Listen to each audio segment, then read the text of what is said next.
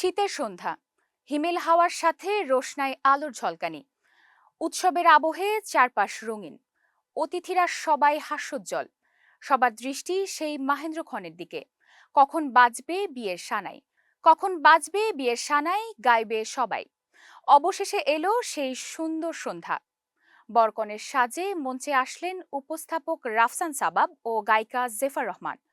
Microphone হাতে নিয়ে কনে জেফার নিজেই গাইলেন তার গাওয়া জনপ্রিয় গান লিচুর বাগানে।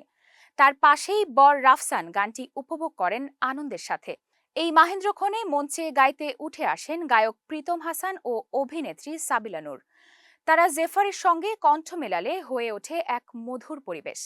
মঞ্চের সামনে তখন আরও তারকার উপস্থিতি নজর কাড়ে।